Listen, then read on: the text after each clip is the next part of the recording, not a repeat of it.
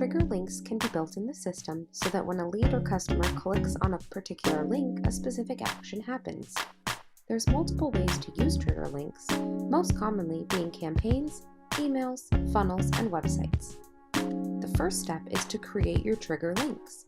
Navigate to Trigger Links and click Add Link. Fill out the information in the pop-up that appears. Choose a name for your trigger link and include the link URL you want people to be directed to when they click on the trigger link. The next step is to create triggers using your trigger links. Navigate to the Triggers section and create a new trigger using the +Add Trigger button in the top right. Set the action to Trigger Link Clicked.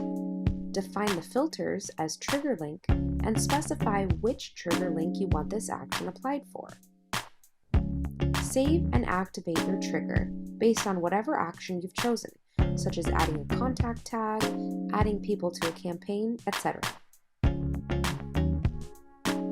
Now you're ready to use your trigger links. To add them to a campaign, navigate to Campaigns and choose an existing one or create a new one. Click into an email event and add the text where you'd like to insert a trigger link.